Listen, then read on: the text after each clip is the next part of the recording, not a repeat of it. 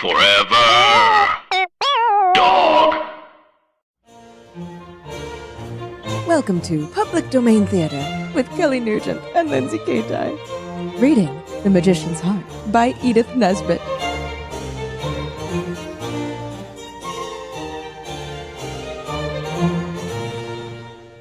Welcome to Public Domain Theater, the podcast of highbrow readings and lowbrow commentary. I'm one of your hosts, Lindsay Katai. I'm another one of your hosts, Kelly Nugent. And today we are reading The Magician's Heart by Nesbit.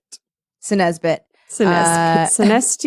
Bit. Ah, beautiful, beautiful. Edith Nesbit. We're guestless today. Yes, we're recovering again. after our live show. Yeah. Really fun. Thank you guys so much to those who came out. It went really well. It was awesome. It was so fun. Our guests were amazing. You were amazing. You guys were the best. Yeah, it was tremendous. You would have already heard that episode, so hopefully you liked it. Yeah, I hope you liked it. If not, go fuck yourself. Just kidding, 'cause we're not going to change for you. Yeah, we're not. I actually have never heard, maybe I've heard the name Edith Nesbit, but maybe I didn't. Now that I'm kind of glancing at I really don't know. Yeah. I don't think so. Okay, when do you think she was born? 1812. You always at least get two numbers right. 1218. You were right. Yes. Yay. We're going to be reading something in Old English. Finally, Beowulf. I can use the language I took in college. Did you really take that? No. Oh, I was like, wow. It'd be fucking crazy. That'd be insane. You'd be the only person in that class. It's like I never find anyone to talk to. Can you learn it through like Duolingo, you think? And I truly can't guess. I'll say no. I started trying to learn Welsh. Oh, interesting. It's really funny because now you speak it. And now I speak it. It's really funny because a lot of instead of names, they use draig, which means dragon. Oh. So it's like, how are you, dragon? It's very cute. Interesting. Very, very cute. What language did you take in? Spanish. Just Spanish all the way through? Yeah, I did Spanish in high school and then again in college. Yeah, never took anything else. Do you speak it at all? A little, like Did enough you retain it? I usually have to re-up on it, like before I go out and experience it. But like when we went to Puerto Rico, I was able to talk to people, and when I went to Peru with my family, I was able to like help my parents because my parents are very white, and my mom's Asian, but they're very like Oh, I'm sorry. My parent is very white. Yeah, my dad more than makes up for all the whiteness in a room, just with himself. But it's a lot of just like when my dad is in a place that he doesn't know the language, there's a lot of like teeth gritting, and then like him being like, "Oh, I know, I'm going," and my mom being like, it says this street, and he's like, "I can't read these street signs," and I'm like, all the street signs in fucking California are Spanish. Like, I don't know why it's so hard for you. Say the words that you see. Anyway, it's fine. What language did you do in college? In college, I tried Italian. You tried it? At first I enrolled myself in a Portuguese class. Oh, and I was look like, at you. This is very hard. And then I moved to take a quarter of Italian. Mm-hmm. And then I gave that up and I went back to Spanish. Mm-hmm. And retained none of it. I think I've taken beginning Spanish something like 4 times. Really? Yeah. Yeah. When I went to Spain, I got along okay because I was immersed. But now I don't have any of it. Who got hit in the head with an umbrella that got struck by lightning in Spain? Nope. Okay, that must have been my friend Lydia. I think that was my friend Lydia, and I think when she told me that, I was like, "That sounds like something that would happen to Lindsay." Like on a vacation. I did have an insane trip to Spain. Like we went to the running of the bulls, and they just dropped us off, and I broke up a fight, and I stopped someone from getting robbed, and I slapped a mugger, and I carried someone to an ambulance who'd been stabbed in the ankle, and I pulled somebody out of a dumpster when they fell into it during the running of the bulls. Oh, wow. Yeah, when my friend... And that is the very short version of that story. When my friend Lydia went, she just... I think it was a very similar... Like, I feel like you've told a story similar to this, where it was like, so she went with this group of friends. Lightning struck an umbrella and it just fell down. Like one of those ones That's nuts. And it bonked her on the head. Like a big patio umbrella? Yeah. And then, of course, like her friends were like, Lydia's just like really holding us back right now. And she was just like, guys, I hit my head. Oh my God. That is me. It reminds me of like I feel like you twisted your ankle or something and people were annoyed. I get hurt all the time and everybody in the group would be annoyed. And I just realized that that's Bella from Twilight. Oh my God. We were all turned around on this and now we understand. Now we understand. In case you couldn't guess, we covered Twilight on Teen Creeps this week. We did. Take a listen to it if you haven't. Mm-hmm. It's our other podcast. Okay, so Edith Nesbit was born in 1858. So you got the 18 right. When do you think she died? 1858. Okay. You're pretty good at math in your head. In the 1910s. Close, 1924. Okay. So she wrote or collaborated on more than 60 books of children's literature. At 18, she meets bank clerk Hubert Bland.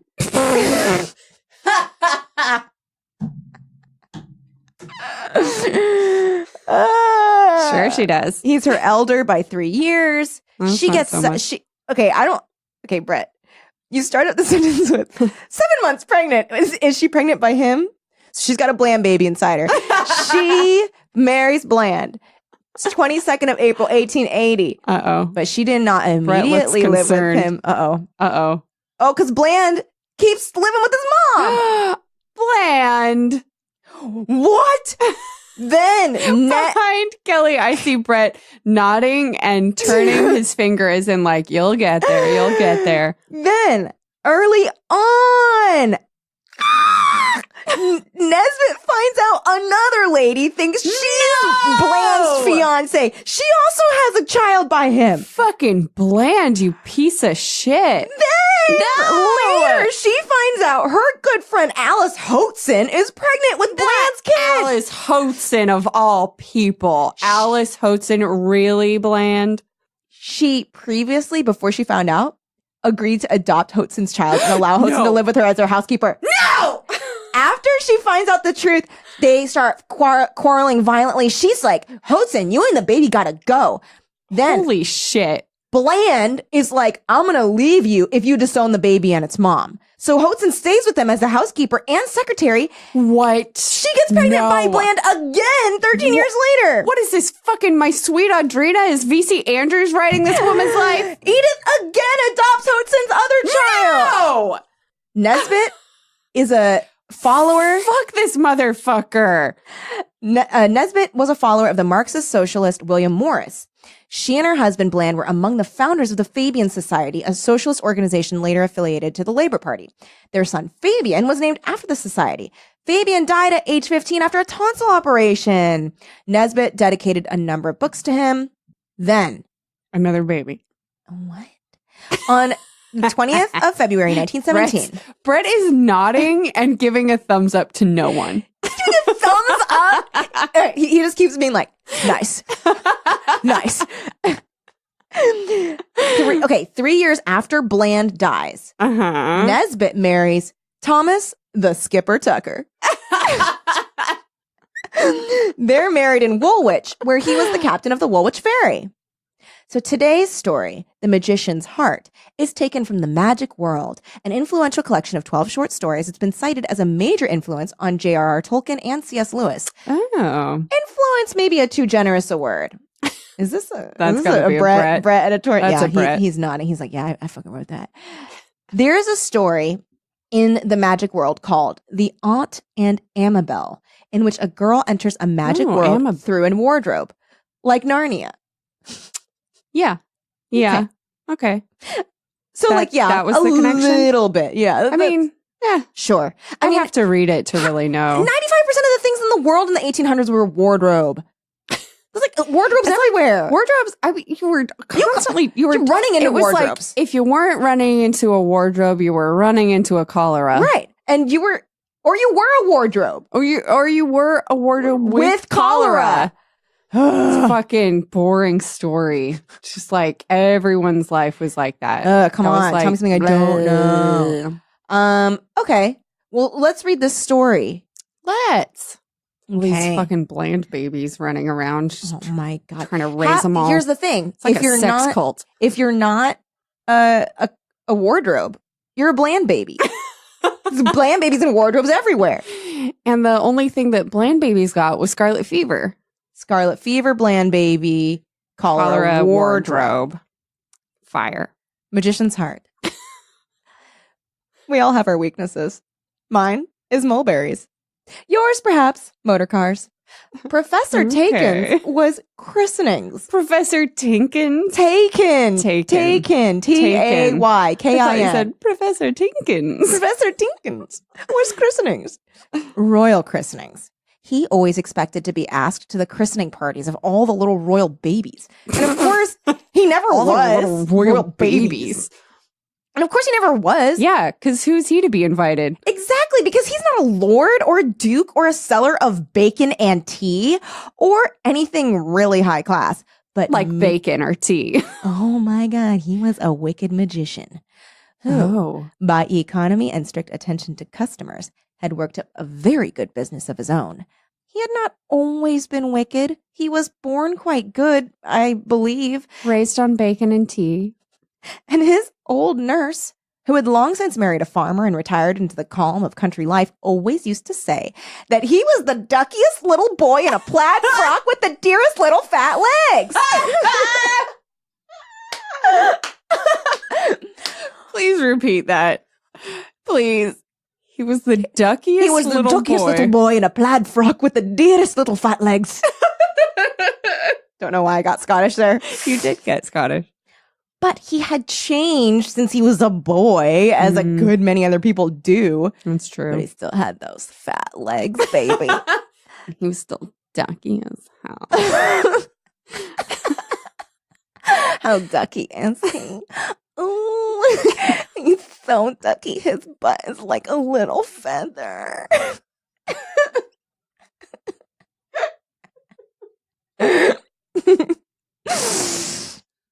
Continue. Perhaps it was his trade. I dare say you've noticed that cobblers are usually thin and brewers are generally fat. Fucking always. And magicians are almost always wicked. And ducky. And ducky. Wait, how can I see where it's half? Will this go down? Yeah. Yeah, if you look on the it does on go the down. right. Okay, yeah. Nice. Bit of business for y'all there. Wow. His weakness for christenings grew stronger and stronger because it was never indulged. And at last, he took the bull into his own hands, as the Irish footman at the palace said, and went to a christening without being asked. It's like, I need just a little bit of a christening, just like one quick fix. Let me see the crown of that baby, that royal baby. I just want to dip it in that water. Dip it in that water. Just show me just a little, like put a droplet on that baby's head. Just like one drop on that baby's head. But tell me, is that water holy? I mean, also, what's that baby's saint name? What's that baby's saint name? Saint name? Saint name. Saint. Oh, what's that baby's saint name? What's that baby's saint name? Yeah, is it like? It's just like, how wet is his head? How wet's that baby's head? So wet baby's head. Oh so royal. You are ruffling my ducky little my ducky little feather butt's getting all ruffled up. Oh, I just want to put my ruffled little feather butt in that holy water. Just swirl it around like a little bad duck boy. Tell me the baby's name. Just tell me the baby's name. What's the baby name? What is it? What is it called? What's it called? What's it called? Samuel? Oh, yeah. Is it like Michael? I like that. I like that. What is it? I think that was a good choice. Mary? Oh, yeah. So fucking holy. It's fucking holy. Sir, you need to fucking remove yourself. Oh, I'm wicked. I'm a wicked magician. I'm so wicked. No, I'm so bad. I am going to call the guards. No, this is horrifying. Look at my This is why butt. we don't invite you places. Tickle. Nasty. Maybe the nastiest bit we've ever done. That was, like, we're fucking going to hell, dude. No, remember that time where we decided that the best... Oh, you know what? No, yep. Okay, a vinaigrette. The best of the salad dressings to have your asshole tongued with was, in fact, ranch. No, we didn't say ranch was not the best. We said ranch was nasty. We said vinaigrette because it's basically clean. We said vinaigrette. Because vinegar's cleaning. It was just, No, but that stings. But I'm not concerned about your comfort. Maybe I'm like talking about my tongue. Vinaigrette. No, but raspberry. Oh, the tongue only? Champagne vinaigrette. Yeah, champagne. Because it's time for a celebration. Someone's butthole's getting licked. Go look for that Teen Creeps episode. Don't remember which one it was. Nope. Good luck finding it. All right. Okay, here we go. It was a very grand party given by a king of the Fortunate Islands, and the little prince was christened Fortunatus. Yes, now we know. Fuck yeah, Fortunatus. Yeah. No one took any notice of Professor Taken. They were too polite to turn him out, but they made him wish he'd never come. He felt quite an outsider, as indeed he was. And this made him furious. So that when all the bright light laughing fairy... What were you expecting, Ducky? I did not expect this. Whoa. So that when all the bright light laughing fairy godmothers were crowding around the blue satin cradle and giving gifts of beauty and strength and goodness to the baby. What? Hold on, is this Sleeping Beauty? Yeah. The magician can't steal. Suddenly did a very difficult charm in his head, like you do mental arithmetic, and said, "Young 40 may be all that, but I say he shall be the stupidest prince in the world." And on that, he vanished in a puff of red smoke with a smell like the 5th of November in a back garden on Streatham Hill. You know what I'm talking about. And as he left no address, the king of the Fortunate Islands couldn't prosecute him for high treason. Because it turns out there's no law in the books about making princes stupid. Fuck. Taken was very glad to see that he had made such a lot of people unhappy. That little pervert. Oh, as he leaves, there's just like one little downy feather on the ground. The whole court was in tears when he left, including the baby. Because he was too dumb not to so cry. Fucking dumb. Fucking stupid prince. And he looked in the papers for another royal christening so that he could go to that and make a lot more people miserable. And there was one fixed for the very next Wednesday. This motherfucker. The magician went to that too, disguised as a wealthy. Oh, a wealthy. A wealthy. Oh. This time the baby was a girl. Taken kept close to the pink velvet cradle and went you know he's going to make this one ugly because that's what matters when it comes to boys and girls. This is what is going to happen. You're right. When all the nice qualities in the world have been given to the princess, he suddenly said, "Little Aura may be all that, but I say she shall be the ugliest princess in all the world." And instantly she was. It was terrible. This guy is a fucking bitch, and I love him. And what a bitch. And she had been such a beautiful baby, too. Everyone had been saying that she was the most beautiful baby they ever seen. This sort of thing is often said at christenings. Having uglified the unfortunate little princess, the magician did the spell. Uglified? In his mind, just as you do your spelling. I love this guy. Or girl. I love Edith. Yeah, she's great. She's great. To make himself vanish, but to his horror, there was no red smoke and no smell of fireworks. And there he was, still where he now very much wished not to be. Oh, check, please. Because one of the fairies there had seen, just 1 second too late to save the princess, what he was up to, and had made a very strong little charm in a great hurry to prevent his vanishing. This fairy was a white witch. And of course, you know that white magic is much stronger than black magic, as well as more suited for drawing room performances. So there the magician stood, looking I like all of the assumptions this story is making. Obviously, you know this. So there the magician stood, looking like a thunderstruck pig, as someone unkindly said. And the dear white witch bent down and kissed the baby princess. "There," she said, "you can keep that kiss till you want it. When the time comes, you'll know what to do with it. The magician can't vanish, sire. You'd better arrest him." Okay. "Arrest that person," said the king, pointing to Taken. "I suppose your charms are of a permanent nature, madame." "Quite," said the fairy. "At least they never go till there's no longer any use for them." So the magician was shut up in an enormously high tower and allowed to play with magic, but none of his spells could act outside the tower, so he was never able to pass the extra double guard that watched outside night and day. It's like, oh, spells aren't as fun when I can't just, like, vaguely upset people at christenings. Specifically at christenings. Specifically royal christenings. Royal christenings. The king would have liked to have the magician executed, but the White Witch warned him that this would never do. "Don't you see?" she said. Gauche. "He's the only person who can make the princess beautiful again, and he'll do it someday. But don't you go asking him to do it. He'll never do anything to oblige you. He's that sort of man." So the years rolled on. The magician stayed in the tower and did magic and was very bored, for it is dull to take white rabbits out of your hat and your hat out of nothing when there's no one to see you. Yeah, I hear that. Prince Fortunatus was such a stupid little boy that he got lost quite early in the story and went about the country saying his name was James, which it wasn't. Oh my God. Edith is She's hilarious. She's hilarious. And let me tell you, fucking Bland. He's so stupid. He got lost early in the story. Bland doesn't fucking deserve no her. Fucking idea. Edith is a fucking queen. She is a treasure. Worshipper. She is a fucking world treasure. He went about the country saying his name was James, which it wasn't. A baker's wife found him and adopted him and sold the diamond buttons of his little overcoat for 300 pounds. Fuck yeah, you did. And as she was a very honest woman, she put 200 away for James to have when he grew up. The years rolled on. Aura continued to be hideous, and she was very unhappy, till on her 20th birthday, her married cousin Belinda came to see her. Now, Belinda had been made ugly in her cradle too, so she could sympathize as no one else could. Wow, did he do that too? He's busy. He's just going all around the world, making royal babies ugly. You've been uglified. But I got out of it all right, and so will you, said Belinda. Oh, Belinda. I'm sure the first thing to do is find a magician. Father banished them all 20 years ago, said Aura behind her veil. All but the one who uglified me. She keeps saying uglified. Oh, Belinda's beautiful now? I thought she was ugly. Wait, what happened? I guess she became unuglified. Oh. She still has this voice. Okay. Then I should go to him, said beautiful Belinda. Well, if you grow up one way, then yeah. There you go. Dress up as a beggar maid and give him 50 pounds to do it. Not more, or he may suspect you're not a beggar maid.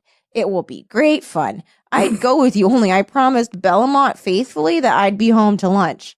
And off she went in her mother-of-pearl coach, leaving Aura to look through the bound volumes of The Perfect Lady in the palace library to find out the proper costume for a beggar maid. Now, that very morning, the magician's old nurse had packed up a ham and some eggs and some honey and some apples and a sweet bunch of old-fashioned flowers and borrowed the baker's boy to hold the horse for her and started off to see the magician. Right, the baker's boy being James. I'm James. The fucking idiot. I'm James. No, do I hold horse? It was 40 years since she'd seen him, but she loved him still. What? The magician's old maid, nurse. Magician's old nurse. And now she thought she could do him a good turn. She asked in town for his address and learned that he lived in the Black Tower. But you'd best be careful, the townsfolk said. He's a spiteful chap. Bless you. Good job. Thank you. Yeah. Said the old nurse. He won't hurt me as Wait, Corpse Bill Clinton. Corpse Bill Clinton. Corpse Bill Clinton, where'd you come from? He won't hurt me as I nursed him when he was a babe. Wait, in a plaid frock voice for the nurse. With the dearest little fat legs shows ever you see. Bill Clinton For the nurse. Continue. I hope you're remembering what all these voices his fat little legs. Yeah. Okay.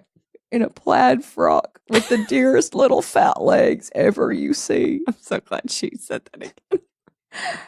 So she got to the tower, and the guards let her through. Taykin was almost pleased to see her. Remember, he had no visitors for 20 years, and he was quite pleased to see the ham and the honey. But where did I put them eggs? Oh, I'm sorry, it says hegs. Hegs. But where did I put them hegs? Said the nurse. And the apples. I must have left them at home after all. She had. But the magician just waved his hand in the air, and there was a basket of apples that hadn't been there before. The eggs he took out of her bonnet, the folds of her shawl, and even from his own mouth, just like a conjurer does. I'm so bored. He's like, please. Only, of course, he was a real magician. Lore, said she. It's like magic. It is magic, said he. That's my trade. It's quite a pleasure to have an audience again. I've lived here alone for 20 years. It's very lonely, especially of an evening. Can't you get out? Said the nurse. No, King's orders must be respected, but it's a dog's life. He sniffed, made himself a magic handkerchief out of empty air, and wiped his eyes. Take an apprentice, my dear, said the nurse. And teach him my magic? Not me. Suppose you got one so stupid he couldn't learn. James. That would be all right, but it's no use advertising for a stupid person. You'd get no answers. You needn't advertise, said the nurse, and she went out and brought in James, who was really the prince of the Fortunate Islands. Oh, he found his way back to the story. And also the baker's boy she had brought with her to hold the horse's head. Now, James, she said, you'd like to be apprenticed, wouldn't you? Yes, said the poor stupid boy. Then give the gentleman your money, James. James did. My last doubts vanish, said the magician. He is stupid. Nurse, let us celebrate the occasion with a little drop of something. Not before the boy, because of setting an example. James, wash up. Not here, silly, in the back kitchen. So James washed up, and as he was very clumsy, he happened to break a bottle of Essence of Dreams that was on the shelf. Oh, it's Bella again. And instantly there floated from the washing up water the vision of a princess more beautiful than the day. So beautiful that even James could not help seeing how beautiful she was. That fucking idiot. And holding out his arms to her as she came floating through the air above the kitchen sink. But when he held out his arms, she vanished. He sighed and washed up harder than ever. I wish I wasn't so stupid, he said. Oh, James. And then there was a knock at the door. James wiped his hands and opened. Someone stood there in very picturesque rags and tatters. I know the end of the story, but please, said someone, who was, of course, the princess. Is Professor Taken at home? Walk in, please, said James. My snake's alive, said Taken. What a day we're having. 3 visitors in one morning. How kind of you to call. Won't you take a chair? Oh, so welcoming. Now who's stupid? Wait, how was her voice? Corpse. I hoped. No, the princess. Oh. I hope, said the veiled princess, that you'd give me something else to take. A glass of wine. That should be James's voice, though. I feel like she'd have a normal voice. She's not dumb. I hoped. Yeah, there we go. I hoped, said the veiled princess, that you'd give me something else to take. A glass of wine, said Taken. You'll take a glass of wine? No, thank you, said the beggar maid, who was the princess. Thank you, Edith. Then take your veil off, said the nurse, or you won't feel the benefit of it when you go out. Okay. I can't, said Aura. It wouldn't be safe. Too beautiful, eh? Said the magician. Still, you're quite safe here. Did the magician make himself stupid at the same time as James? Can you do magic? She abruptly asked. Just wondering, apropos of nothing, it just occurred to me that, make me pretty. You uglified me. Oh, little, said he ironically. Well, said she, it's like this. I'm so ugly no one can bear to look at me, and I want to go as kitchen maid to the palace. They want a cook and a scullion and a kitchen maid. I thought perhaps you'd give me something to make me pretty. I'm only a poor beggar maid. It would be a great thing to me if... Go along with you, said Taken, very cross indeed. I never give to beggars. Here's 2 pence, whispered poor James, pressing it into her hand. It's all I've got left. Thank you, she whispered back. You are good. And to the magician, she said, I happen to have 50 pounds. I'll give it to you for a new face. Done, cried Taken. Here's another stupid one. He grabbed the money, waved his wand, and then and there, before the astonished eyes of the nurse and the apprentice, the ugly beggar maid became the loveliest princess in the world. Lore, said the nurse. My dream, cried the apprentice. Please, said the princess, can I have a looking glass? The apprentice ran to unhook the one that hung over the kitchen sink and handed it to her. Oh, she said, how very pretty I am. How can I thank you? Get the fuck out of there, girl. Quite easily, said the magician. Beggar maid, as you are, I hereby offer you my hand and heart. He put his hand into the waistcoat and pulled out his heart. It was fat and pink, and the princess did not like the look of it. Thank you very much, said she. Oh, wow. Ooh, I'm flattered. I'd rather not. Oh, I have to go. But I insist, said Taken. But really, your offer. Most handsome, I'm sure, said the nurse. My affections are engaged, said the princess, looking down. I can't marry you. Am I to take this as a refusal? Asked Taken. And the princess feared that he was. Very well, then, he said. I shall see you home and ask your father about it. He'll not let you refuse an offer like this. Nurse, come and tie my necktie. Question, isn't he locked up? Why is he suddenly like walking around in that? He's allowed to stay in the, I don't know why he thinks he can leave. Yeah. He has to stay in the tower. Little bitch. Mm-hmm. So he went out and the nurse with him. Then the princess told the apprentice in a very great hurry who she was. It would never do, she said, for him to see me home. He'd find out that I was the princess and he'd uglify me again in no time.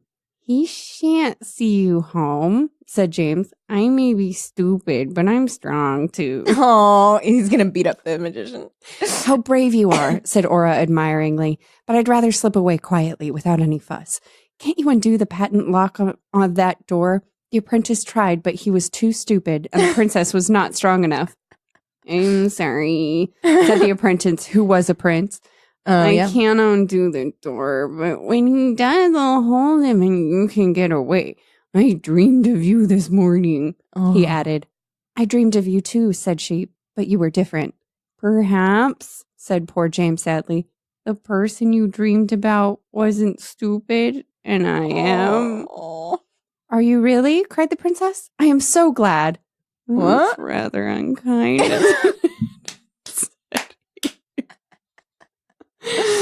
No, because if that's all that makes you different from the man I dreamed about, I can soon make that all right. And with that, she put her hands on his shoulders and kissed him.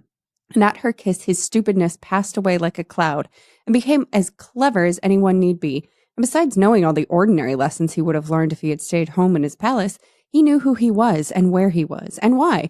And he knew all the geography of his father's kingdom and the exports and imports and the condition of politics. She's so funny. Convenient. Yeah. So funny. And he knew also that the princess loved him. So he caught her in his arms and kissed her.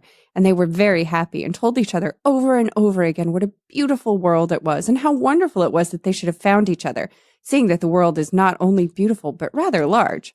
That first one was a magic kiss, you know, said she. My fairy godmother gave it to me, and I've been keeping it all these years for you. You must get away from here and come to the palace. Oh, you'll manage it. You're clever now. Nice. Yes, he said. I am clever now. Ha! I can undo the lock for you. Go, my dear, before he comes back. So the princess went, and only just in time, for as she went out the door, as she went out of one door, Taken came in at the other. Oh, shit. He was furious to find her gone, and I should not like to write down the things he said to his apprentice when he found that James had been so stupid as to open the door for her. They were not polite things at all. Cunt. Called him a cunt for sure. Mm-hmm, for sure.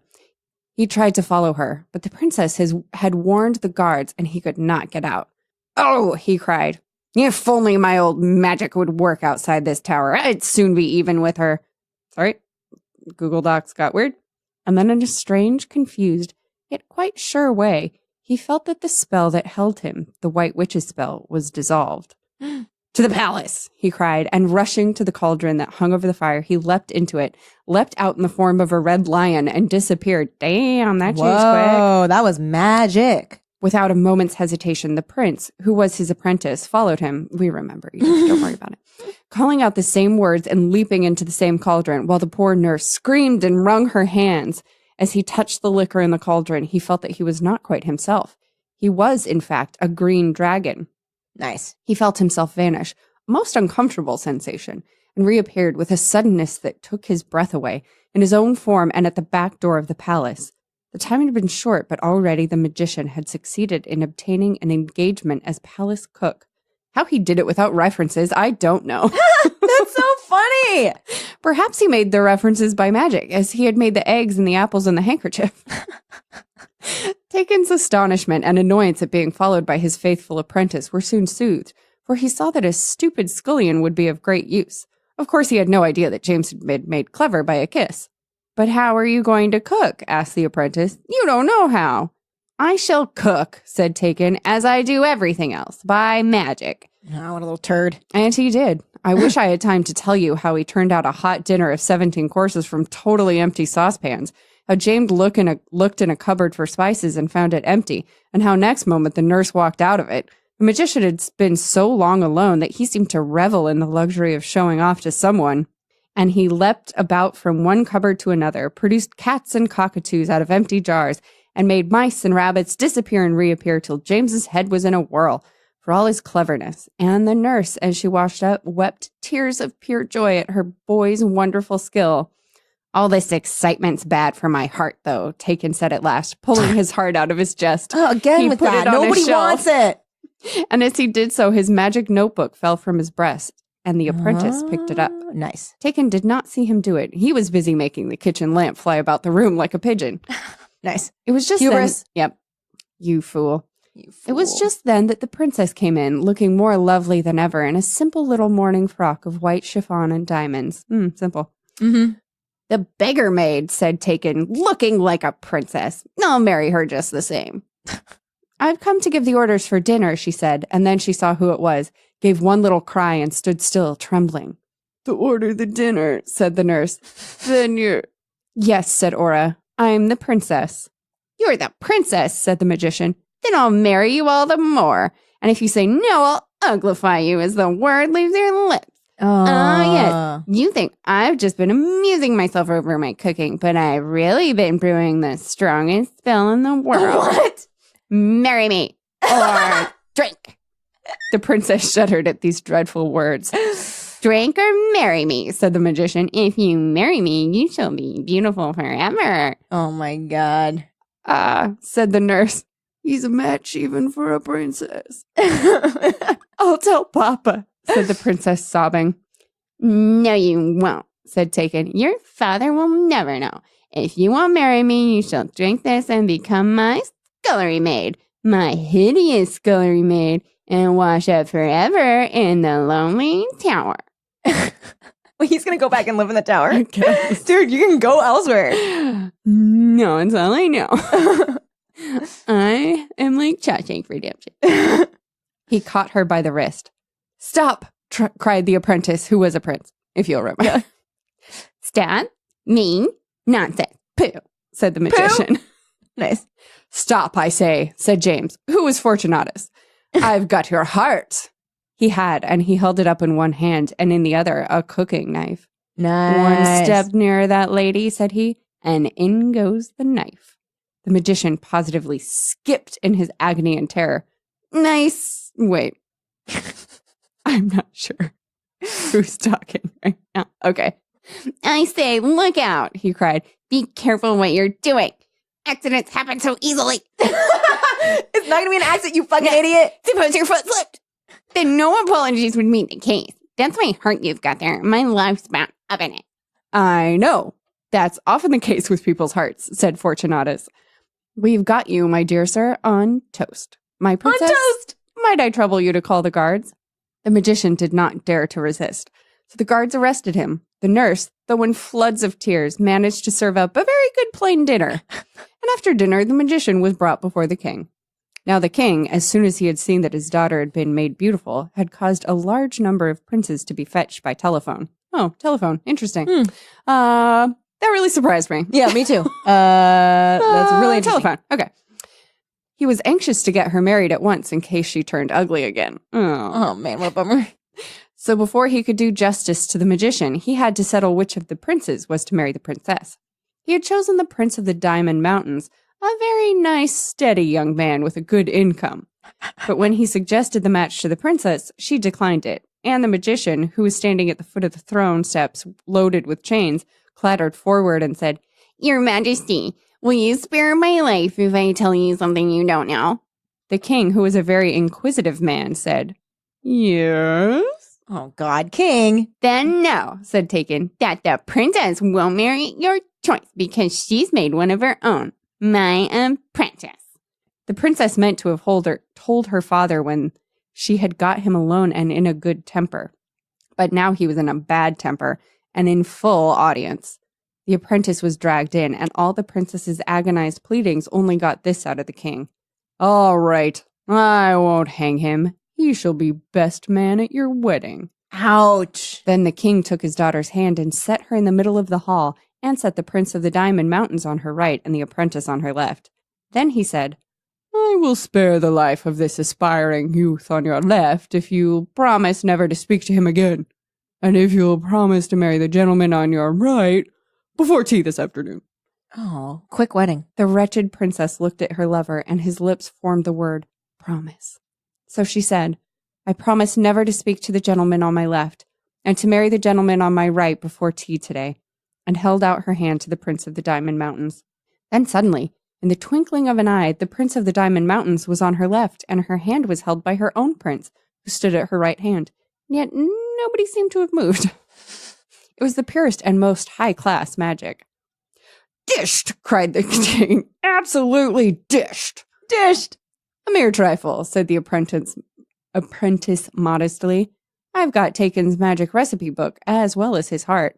Well, we must make the best of it, I suppose, said the king crossly. Can you tell that I keep forgetting what voice I gave him? No.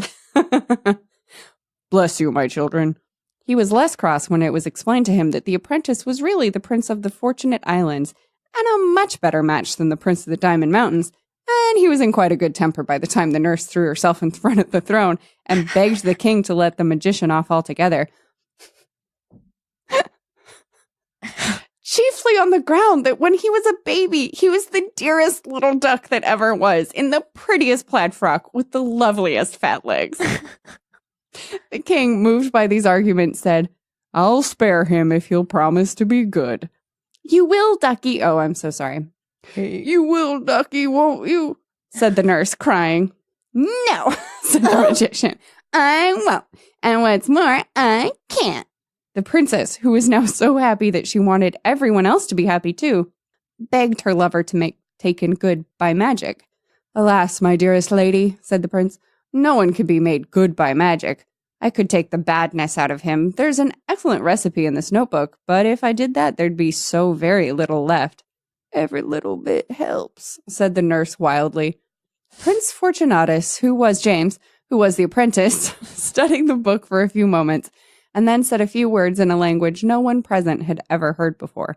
And as he spoke, the wicked magician began to tremble and shrink. Oh, my boy, be good. Promise you'll be good, cried the nurse, still in tears. Really struggling with the accent today. I really love it. The magician seemed to be shrinking inside his clothes. Is he going to turn into a little ducky boy? The magician seemed to be shrinking inside his clothes. He grew smaller and smaller. The nurse caught him in her arms, and still he grew less and less, till she seemed to be holding nothing but a bundle of clothes. Then, with a cry of love and triumph, she tore the magician's clothes away and held up a chubby baby boy with the very plaid frock and fat legs she had so often and so lovingly described. Oh my God! I said there wouldn't be much of him when the badness was out, said the Prince Fortunatus. I will be good. Oh, I will, said the baby boy that had been the magician. I'll see to that, said the nurse. And so the story ends with love and a wedding and showers of white roses. That was hilarious. Edith Nesbit. Nesbit? Yeah, she's amazing. You are the shit. She's so funny. Is this our this is favorite the best one. story? Yeah, this that is my we've favorite read? story for sure. This Head and Shoulders. This was great. This was so fun. This was so fun. It's also sort of the plot of an episode of Mystery Science Theater 3000, which is a poorly pasted together series of like TV movies that never came out, and they try to put them all together. Oh, damn, what is it called? Damn it. But it's like Ernest Borgnine is narrating to a little boy all of these stories. And it's called The Magician's Apprentice. Oh, shit. And at the end, this horrible,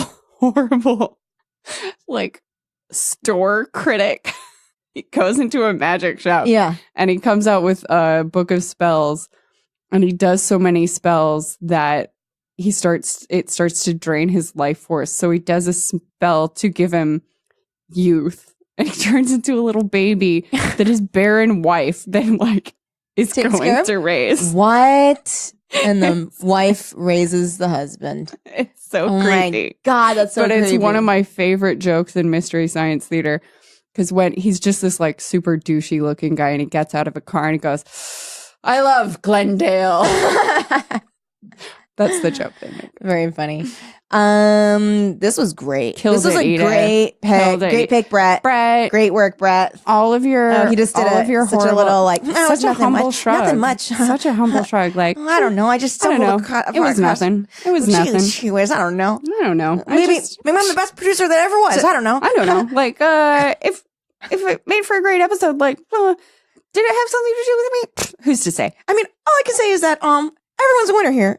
By the work that I did, kind of. Just I don't know. If you like what I did, cool. But if not, that's okay. I can work on myself. That's okay. By the way, this is exactly what Brett sounds like. If you guys wonder what Brett's voice sounds like, it's dead on. It is like this. Remember how Kelly was trying to do an impression of him? I didn't find it, but it sounds like this. It's this. Yeah. This was great. I loved this story. Thank you guys so much for listening. If you want to follow our show on social media, we're at Public Domain Pod on everything. Please subscribe, rate, and review us on Apple Podcasts,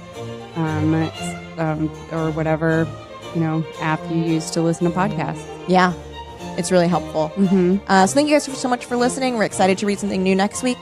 Anything else? Keep it lit. Forever Dog. This has been a Forever Dog production. Executive produced by Brett Boehm, Joe Cilio, and Alex Ramsey. For more original podcasts, please visit foreverdogpodcasts.com and subscribe to our shows on Apple Podcasts, Spotify, or wherever you get your podcasts. Keep up with the latest Forever Dog news by following us on Twitter and Instagram @ForeverDogTeam